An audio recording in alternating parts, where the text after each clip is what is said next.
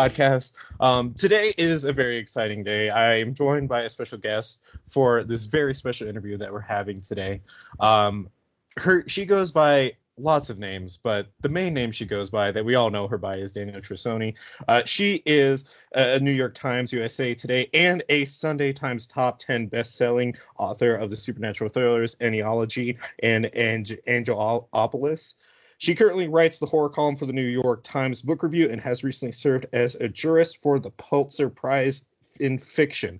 Trussonni's come out with a new book that she's actually here to come out to talk about today with us called The Ancestor, which from the New York Times said in USA internationally best-selling author of the Angeology series comes a bewitching gothic novel of suspense and plunges readers into a world of dark family secrets, the mysteries of human genetics, and the burden of family inheritance. With other such notable reviews from book lists saying the intermingling of science, legend, and genealogy makes for a truly captivating tale of literary horror. It is my honor to bring on the amazing Danielle Trussonni. Thank you for coming on the show, Danielle. Oh, it's my pleasure. Thank you for having me, Matt. I'm thrilled to be here. I'm so excited to have you on. And also, I apologize if my stutter has butchered any of those words. It's okay. The one thing that I've noticed, and this is what you get, it's like 2020 hindsight. My novel, Angelology, nobody can pronounce it. It's not just you. It's like everyone from the very beginning couldn't pronounce the word angelology. And so I should have maybe chosen a different title. But now, I'm stuck with it. It's published as Angelology and there it is. But luckily the new book, which is called The Ancestor, everyone can say that, right? That's not a difficult word to say. So I'm all good. Really, it does give me comfort knowing that I'm not the only one who messed it up, because I'm not going to lie to you. I kept saying it over and over before this. Just angelology. I was like, don't mess it up. And sure enough, recording hits, and I'm just like, angelology. Oh, yeah, crap. Everybody. I mean, it's crazy. I think even my editor couldn't say it, and it should have just been a sure sign to me, this is the gods telling you don't choose that title. But I'm kind of stubborn, and I decided to keep it anyway. So I've learned a lesson, and in the future, I'm going to have titles that people can actually say. Well, I am glad that you chose to say stubborn, because I firmly believe that we do need to continue to challenge ourselves, even when it comes to the literary format. So, bravo. Yeah. Well, you're speaking to one stubborn lady. I think that's the only way that, if you're in the arts, if you're a writer, or, if you, I have recently gone into podcasting, you need to be stubborn to make it happen. There's not a lot out in the world that's going to tell you yes, you're on the right path, or yes, this is the right thing. And so you have to really motivate yourself. I'm glad you brought up motivate, because it's been a little bit over a decade that you've come back and really written something like this. Has it not? Well, so Angelology came out in 2010. And for those listeners who don't know that book, it's a thriller about angel human hybrids called Nephilim. And the Nephilim were they were sort of first mentioned in the Bible. And so I took these creatures and I made a novel around the idea that they existed, and that they've always existed, and they're still here with us, right? So that's that book. And yeah, it was 2010. And then I wrote the sequel to that book, Angelopolis, in 2013. So now it's 2020. So it's been 7 years since I've written a novel like that. In between, I wrote a memoir in 2016, but very different, obviously, than those genres, than the genre of books that the novels are in. So yeah, it's been a while. So, I mean, okay, so, because I knew we want to talk about the ancestors, so that's just really cool hearing about your other books as well. The Nephilim, I've never heard it pronounced as Nephilim. I always known it as Nephilim, so that's really interesting, too. Well, I never knew how to pronounce it, and then I was in Los Angeles speaking to, this very knowledgeable horror television writer. And he said Nephilim, and I was like, oh, that must be exactly how it's, because I always said Nephilim, but I think, who knows, it's not a word we say every day, so who knows how you pronounce it. Well, to be fair, I'm going to show a little bit of my my geeky side here. The only reason I know it's Nephilim is because of the Blizzard game Diablo. Oh, is that how they pronounce it there? It's Yeah, yeah, yeah. okay. So Because maybe I've you. always mispronounced it. Well, now I'm wondering if they're wrong. Who knows? The thing is, how would we know, right? It's not a word that's used every day, and it's not, sort of in our language Yeah, anymore. it's definitely not like regular conversation. Oh yeah, I checked out the Nephilims last Friday. You know, and I went to the grocery store, got myself some toilet paper. Yep, exactly. Well, good luck finding toilet paper. I don't know how things are in Denver, but in New York, you can't find toilet paper to save your life now. Right now in Denver, it's one house per person. It's really that's what it is. It's one Wow. package per household. Wow. Um, so our local grocery store is we're gonna take it back to the book, I promise. But yeah, our grocery store is King Supers and Safeway, and so they usually they're like doing only three things of like hand sanitizer and soap per household and one thing of toilet paper per household. They're not But even it's stocking the nice. It's shelves. it's nice that they're doing that because here they Yeah, don't do that and people just buy it out. So yeah. I you don't know if can't get you're it. and I don't know if they're doing it on your end of the world either. But right now, what they're doing is that they're locking out like an hour of shopping time for our senior citizens here. Oh, that's nice. So for like 7 to 8 a.m., they can come and That's shop in great. peace. Yeah, no, it's Yeah. really nice. Some people have gotten like into fights over like top ramen over here. So Wow. I don't know. The world is I mean, I honestly think that those of us who read a lot of horror or who watch horror films or read horror comics, I think that we have our imagination is ready for this, right? Like yeah, we've been thinking about the worst there, case scenarios for a long time. there is a bit of a numbing to it because when it comes to horror, I mean, any horror movie, any horror series, I'll even take Walking Dead for this example, always throws these kind of apocalyptic situations Yeah. to the worst case scenario. And so, Walking Dead in this case was, what if it did actually turn people into the living dead after they die? I mean, thank God that's not happening, but I think it would Well, be.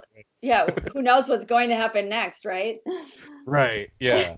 I completely agree. So talking about horror, talking about the ancestors, let's move away from the whole viral talk. Yeah, let's go antiviral.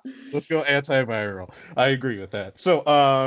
So your book, The Ancestor, it's coming out on April 7th. Let's hear more about the book. It's kind of already started to build up a life of its own with a lot of praise that it's getting. I know you've sent us a copy and we're reviewing it ourselves. And this is a really big deal. This is really exciting. So I mean, what was this like jumping back into the seat and starting to write another book?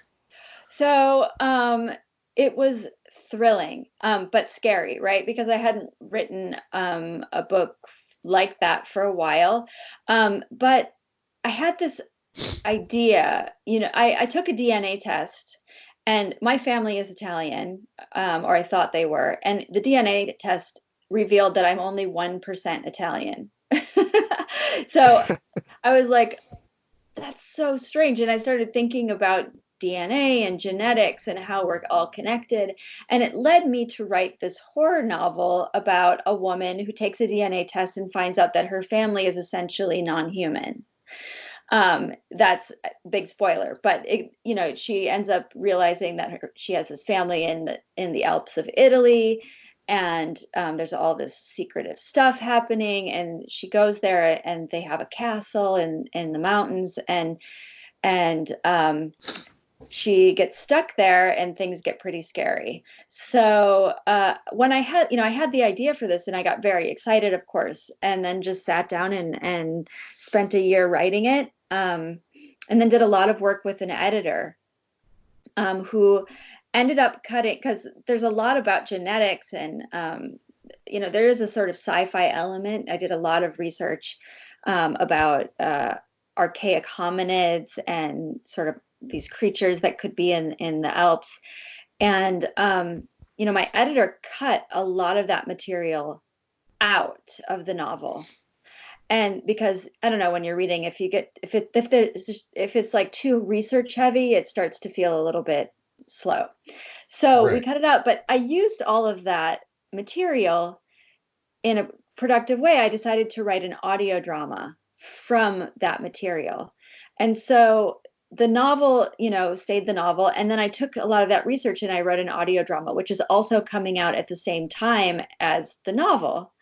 So it's like these two projects came together. Yeah, and so like first of all, the fact that you're doing all this research, I can't help it, but it really makes me think of this lyric from the song by Ghost Inside, The Ghost Inside. I think it's called like Blank Pages or With the Wolves. But anyways, there's this lyric that they say that nothing artistic can be done by cutting corners.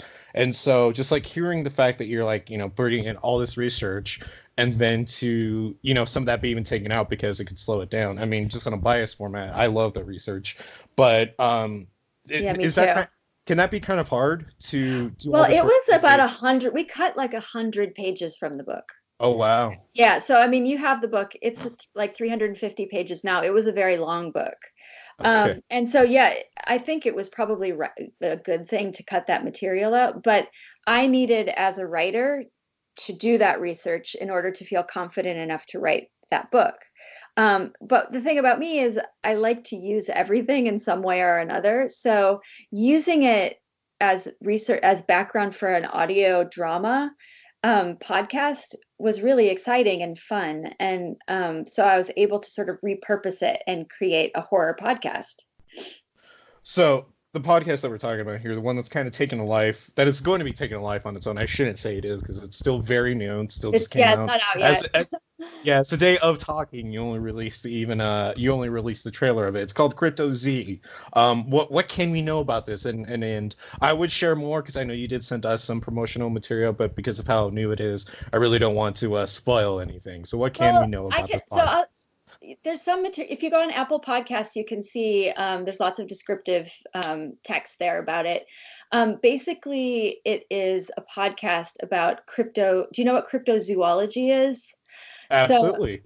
So Cryptoz is short for cryptozoology, and it's about a team of scientists slash secret agents who are hunting down cryptids or creatures that are thought to be real but haven't been proven real yet, like the Yeti or Bigfoot or mermaids or things like that. Loch Ness Monster, Loch so Ness on and so. Monster, exactly. These creatures that people believe exist but we don't have actual literal proof yet. Right. So the podcast that's what it's about. A trailer, by the time this comes out, there will be a trailer up on our website so you can go and see it, and maybe even the first episode will have dropped. But it's really, it goes hand in hand with the horror elements of the Ancestor. So what I'm excited about with the two of them coming out kind of at the same time is that it's almost like this creative world that we've made. Right? Like we have the book, and then if you want more about the creatures in the book, you can go to the podcast and have this other experience, which is also really fun right now because everybody has their phone, and it's easy to listen to podcasts wherever you are. Obviously, you have a podcast, so that like that's how people like to get information now, and so having a narrative podcast that's entertaining and dramatic, and not just a nonfiction podcast, I think is going to be cool. Was it so did you do any writing for this podcast? And if so, what has it been like trying to create a podcast for you as, writing in this book? What was some challenges you had to face? Such a good question. So I went away. I had just turned in the novel and I was waiting to get some more feedback back, and I had some time, and so I just went away and wrote 10 episodes of the podcast. So that was the first season, and they're 25 minutes each, and they're scripted, right? So it's written a little bit like someone would go and write a TV episode. The only thing is that it's not structured like a TV episode. It's just me sort of writing, right? Like it was very free form. So it was a lot of fun because I'm someone who, I don't know, I like to be creative and I like to be productive, but I like to invent my own way of doing it, if that makes sense. Like so it was exciting to me that podcasts are so open, right? They're really, when people don't have expectations about an audio drama, like what it's, how long it's going to be or what it's going to sound like. So I could do anything. But then I handed those scripts off to my, the director and producer of this podcast, a guy named Hadrian Royo, and he has a company called Euphony that makes audio drama. And so he went and he hired 15 actors and a sound designer, and they really just it's a production where you listen to it and you feel like you're there. It's just the quality is so high that I was shocked. Like I was really impressed and excited to hear, my noodling on the page, like the words that I had made, and these episodes be transformed into something so entertaining and such high quality. Yeah, you know what? When it comes to the audio drama format, just being as podcast that mostly hosts a variety discussion show, that is a very important part. I mean, because we have to get by with what we have, and we do actually put a lot of work into making sure it sounds good. But I understand when it comes to audio drama, it's such a different undertaking in the sense that you are making a show, but you have to learn to incorporate in an audio sense everything that they would be seeing visually, and I'm really excited for this. I love audio dramas. A few of my favorites are just like the Black Tapes and We Are Alive. I love those. Yeah, they're fantastic. Like they're really good. Yeah. Black Tapes actually was one of the few that actually scared me for the first time. Actually, just listening to it, I'm really sad with what's happened to it. I really am. But sorry, that was a bit of a side note. But just hearing that that you're also making this audio drama and you have this amazing book and you have like all these creative outlets happening. I mean, it's a really big deal. It's really exciting. Is this overwhelming in any way for you? I mean, how do you handle this? Well, it's a lot of work that like for example, the audio drama, it wasn't, I wrote those 10 episodes, but it went away and there was a whole team of people who have worked for like 8 months on this, right? Like their work it's an insane amount of work. And for example, we're talking about sound and how important sound is. The sound engineer that Hadrian hired was doing things like inventing sounds for specific things. Like we have a hovercraft that's in the podcast, in the audio drama, and he couldn't find the right sound. So he basically went and invented a sound and like was rubbing stuff together and like layering stuff over the top of that. And also we had all of these actors, but they were living in different places, right? And so Right. Our main actress, voice actress, lives in London, and the main voice actor lives in LA. So we had to somehow get them both into studios at the same time with the the time difference, get them on, and then run their audio through a mixer someplace else. Oh wow. Yeah, so I guess it was just a really complicated production experience, none of which I was part of, but what I've heard from everyone involved is that it was a riot. It was really fun. Everyone enjoyed it. It was really a labor of love. Like, all of us were working on no budget, basically putting it together, just because everyone who was involved pretty much loves the project. So, I mean, you asked if it's overwhelming. It's a little overwhelming in that so many people are depending on it being heard. Like it's not just me. And like if my book isn't read, like, yeah, I'll be disappointed. But this is a huge group of people who have put a lot of work in. And I really hope that it does well so that they all feel good about that.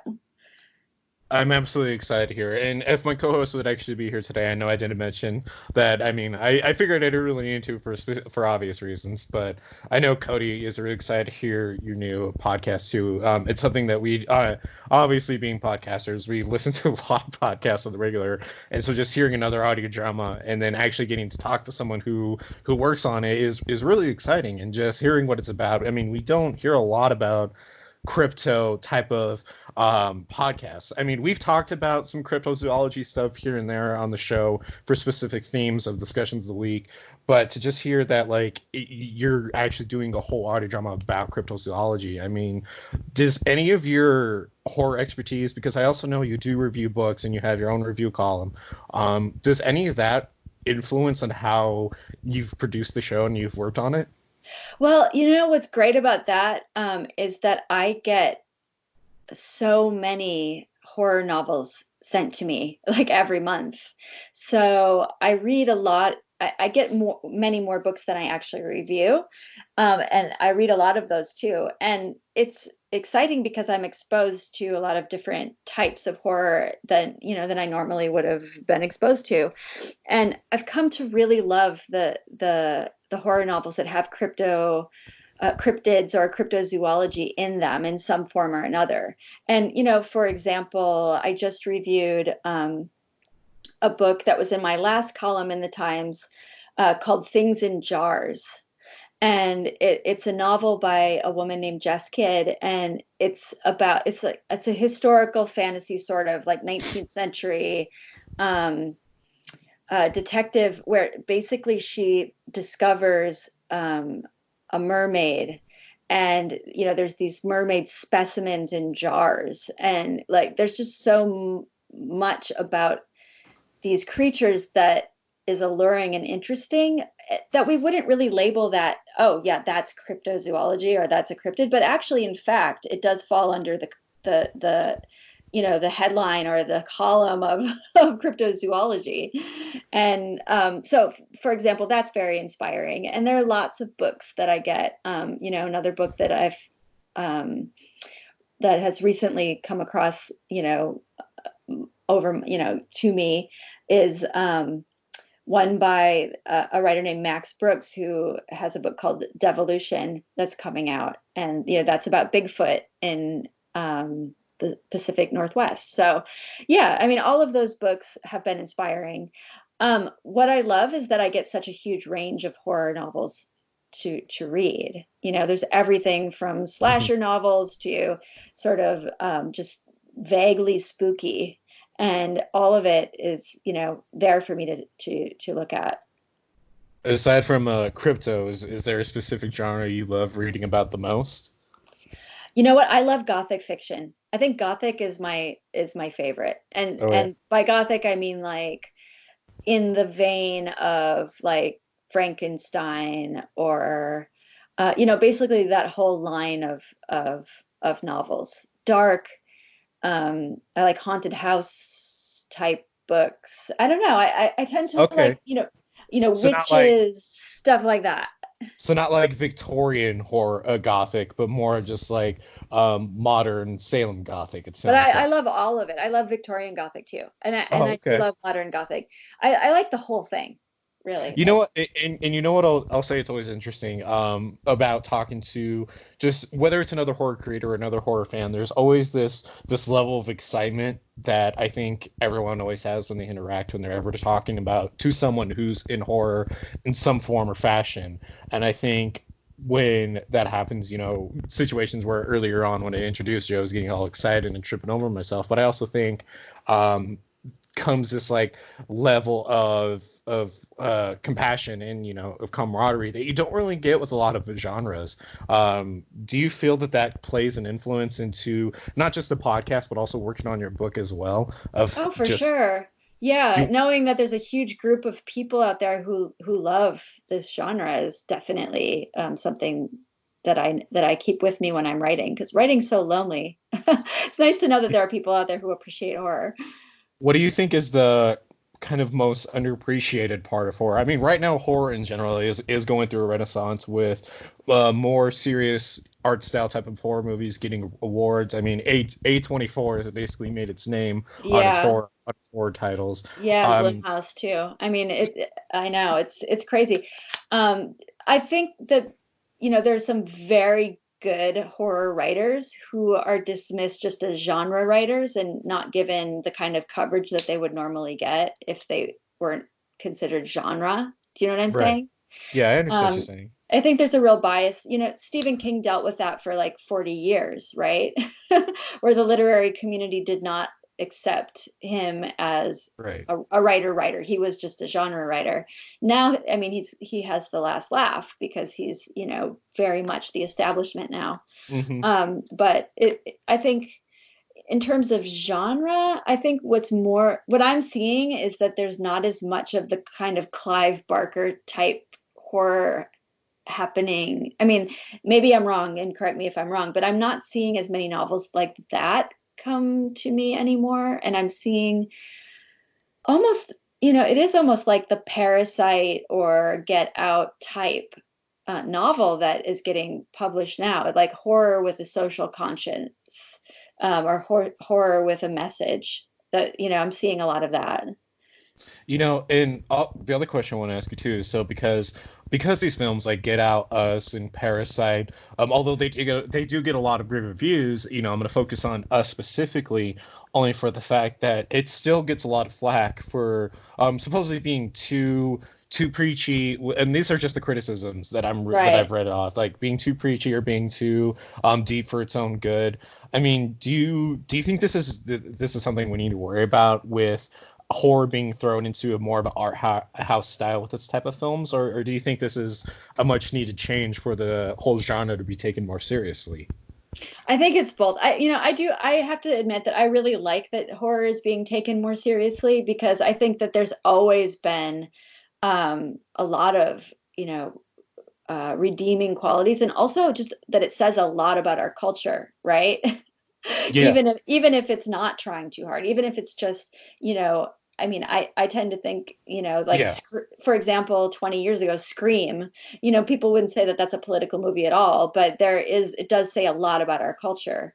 And so I don't know. And I think that there's enough out there that if certain films or books do incorporate social messages and do have a political agenda, it's not going to hurt the whole genre. It doesn't have anything to right. do with the rest. We can have a spectrum, right? Just like with literary, if you look at the genre of literary fiction, for example, which is a genre, um, even though people, you know, in the sort of, like, if you go into a bookstore, there's like huge space for like so-called literary fiction, and then there's a smaller space for horror or something. But anyway, Yeah. I still consider literary fiction a genre. It has a spectrum of, books that are just more fun, and books that do have a more political or politicized social message. And I think that there's room in horror for that too, right? I don't think people should limit themselves. Well, and I also think that what just makes horror stand out, and obviously this is all biased, but I do feel I will argue the statement that I think what makes horror stands out is if we took a person who wanted something very serious, something that would kind of touch deep on them, they would go and see the latest drama movie or whatever indie drama flick is catching a lot of buzz. Yeah. Or if somebody is just wanting that thrill, just a fun ride, they'll go see an action movie, they'll see Transformers or Yeah. the next superhero movie. But I think when it comes to horror, what makes it stand out, and I want to know if you agree with this statement, is that horror is that one medium that you could do both in very well. Whether it's the typical B slasher gory horror film or something more deep and personal like The Shape of Water. Both reside in the realm of horror, and I think horror stands out because of its ability to be able to balance both. I totally agree. And that was so very well put. Like, I think that what's, from the inception of horror, the beginning of horror, with Dracula or Frankenstein, or like these, 19th century novels, all the way to the present moment, I think that horror has the capacity to express a huge range of emotions, right? From fear to love to sort of slightly chilling to gloomy and gothic. Like, it just has such a huge range of emotions that I agree. I think that it is capable of doing all those things. And one thing we even argued is, and just to add on to even what you're saying, one thing we argue a lot is that horror is also one of the few genres where you can actually tackle very hard to talk topics, such as, and to be specific, like things like PTSD or depression, Mhm. or even things that are more specific, like postmortem depression. Like there's all these like interesting avenues that you can talk about with horror, and I think that's why we were also really excited to bring you on. It was just your vast catalog of horror knowledge and just how versatile you are. It was just really exciting to just bring you on to have your conversation and get your input on this Oh, well, entire. I'm so It really excited. is. I love your podcast, and I was really happy that you were going to have me on. It's Thank so you. it's so entertaining. I really enjoy it. Thank you. We actually do. We even though most of the time we are purposely being dumb.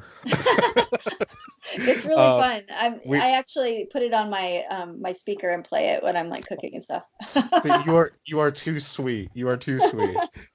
We're gonna have to send you a shirt or something. Yeah, please do.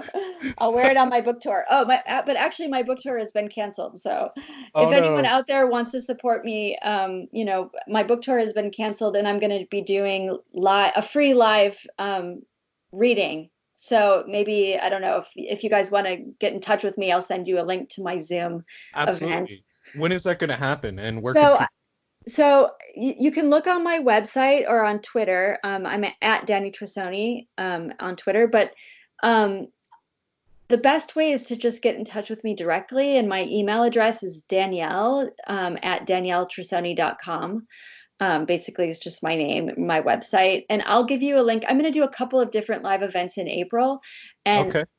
basically it will be a reading and then a Q&A. And I might give away some books actually during the reading. So yeah, you and your listeners should come join me. It will be fun. Absolutely. Okay. So we got that we established. Send us those links. We'll make sure that it is in the episode notes below. So we're because of everything going on, we're actually gonna kind of like speed line and the interview is going to come out because normally we were going to release this towards near the end of next week, but with how everything is right now, we want to support all of our listeners and we want to just come out with this as soon as possible. So we'll probably bring this out tomorrow, and so that way we can get those links out, we can get all that support. Oh, great. When Thank you.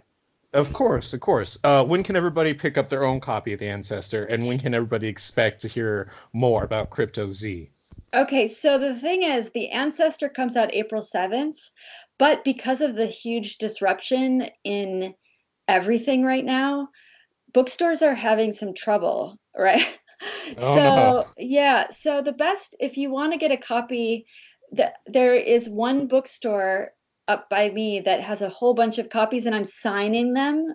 So if you want to get a signed first edition copy of the book, you can order it through them and they're called Oblong Books. And I'll give you a link to their site too, if you want to put it in the show notes. But Absolutely. that way and the woman told me, actually, she sent me an email yesterday saying she's going to have me sign the books in her lawn because they closed the store down. So Oh I'm going to go wow! over and like sign the books. Like we're not going to be together. I'm going to sign the books and then she's going to take them and she's going to mail them out to people. Oh So, wow! but that's not, so you'll get, that's one way to get the book. I mean, if you just want to, you can always buy it digitally or listen to it on audio.